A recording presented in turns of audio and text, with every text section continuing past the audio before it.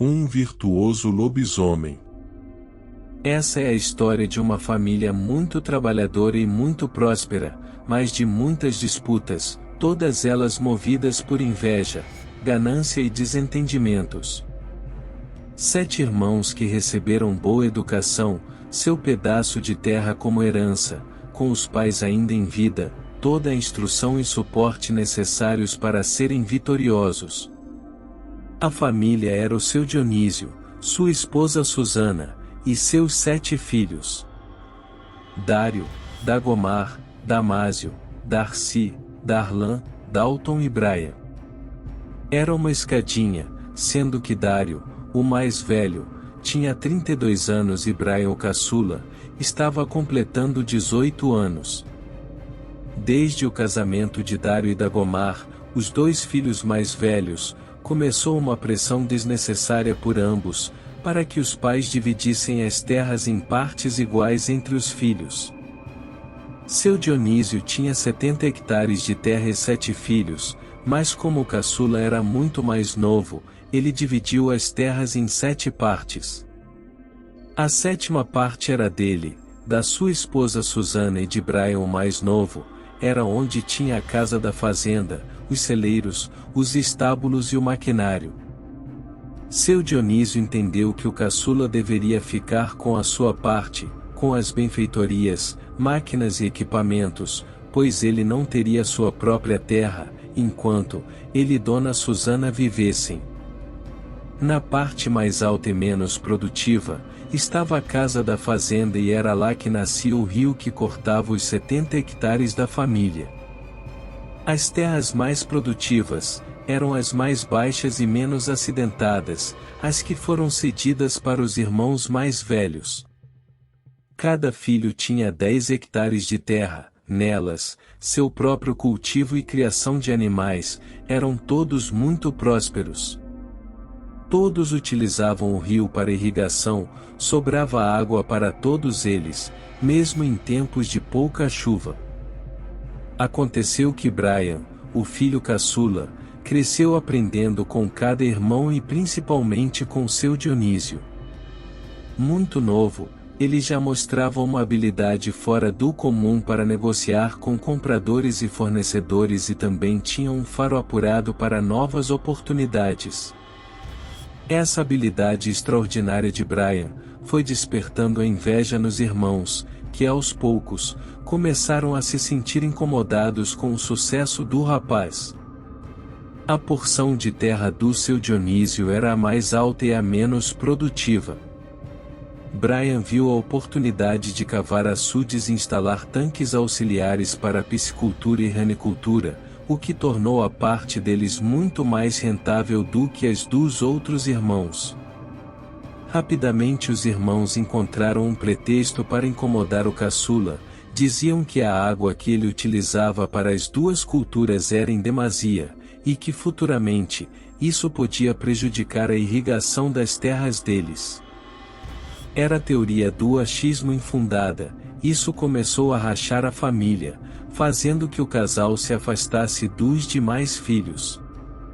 Com 15 anos de idade apenas, Brian era um grande negociador e produtor, o presente já era uma realidade, o futuro era mais do que promissor. Aconteceu que Dona Susana foi diagnosticada com leucemia e veio a falecer em 5 meses. 2 anos depois, foi a vez de seu Dionísio, que desenvolveu uma doença degenerativa e faleceu também. Brian estava sozinho na fazenda, prestes a completar 18 anos. Mesmo sem os pais e muito jovem, ele continuava prosperando e inovando. E os irmãos cada vez mais o invejando e sem ter nenhum relacionamento com ele. Foi quando se reuniram para conspirar contra o rapaz, imputavam-lhe a culpa pela morte dos pais. Queriam se livrar dele imediatamente, assim dividiriam a 7ª parte da terra, e o que nela havia entre os 6. Armaram um encontro para celebrar o aniversário de Brian, na casa de Dário, o irmão mais velho, uma festa em família, para selar as pazes e o bom convívio entre todos os irmãos e seus familiares.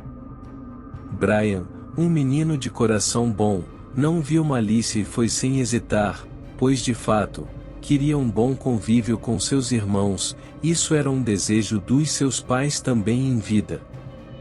Comeram, beberam e passeavam pelas terras iluminadas pela lua cheia, os 7 irmãos. Quando chegaram perto de um desfiladeiro onde o rio fazia a curva, revelaram a Brian o intento deles, o insultaram, o culparam pela morte dos pais e disseram a ele, que dos 18 anos ele não passaria, idade que estava acabando de completar. O rapaz saiu desesperado correndo, tentando fugir dos 6 irmãos.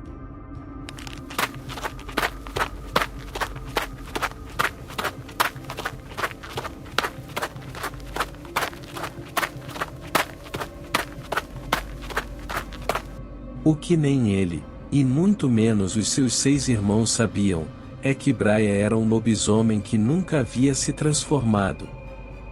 Quando ele estava em fuga, começou a sentir algo diferente em seu corpo, aquela adrenalina, deu a Brian mais força e mais velocidade e ele já começou a se transformar. Mas chegou ao final do caminho, era um desfiladeiro com o rio abaixo. Quando ficou na ponta do peral, foi alvejado por um tiro que partiu de um dos seus irmãos. Brian despencou rio abaixo e os irmãos celebraram o seu fim. No dia seguinte, pela manhã, os 6 irmãos assassinos desceram rio abaixo para pegar e dar um jeito de ocultar o cadáver de Brian, mas não acharam absolutamente nada, concluíram que o rio levou o corpo embora. Mas não esquentaram muito a cabeça, pois para eles, era uma questão de tempo, para que o corpo fosse achado e para que eles, como herdeiros legítimos, fossem informados pelas autoridades e assumissem a fazenda. Mas Brian estava muito vivo, ele ao despencar do peral, estava no momento exato da sua primeira transformação, o tiro pegou de raspão e não fez dano algum a ele, que caiu no rio como um poderoso lobisomem. O tempo passou, os irmãos de Brian apenas viam os fornecedores e compradores da fazenda dele cruzarem a estrada com seus caminhões, vans e carros. Nenhum tinha coragem de checar o que se passava por lá. Mas algumas coisas tinham mudado na região, desde o dia em que Brian foi atraído para uma emboscada, na noite do seu aniversário de 18 anos. Em noites de lua cheia, ouvia-se um uivo estridente, algo que nunca se ouviu antes nas proximidades. Cada manhã que sucedia uma lua cheia, alguma das fazendas dos 6 irmãos aparecia com um desfalque nos seus animais, ou era um carneiro, ou uma ovelha ou um porco faltando. Algumas vezes, os galinheiros apareciam destruídos. Dizia-se também na região, que em dia de finados, acontecia 2 coisas estranhas. Uma era que, qualquer filho do casal que fosse ao cemitério durante o dia para visitar o jazigo onde estavam os restos mortais do seu Dionísio e da dona Susana, e trafegasse de carro à noite pelas estradas das fazendas vizinhas, era corrido por um lobisomem.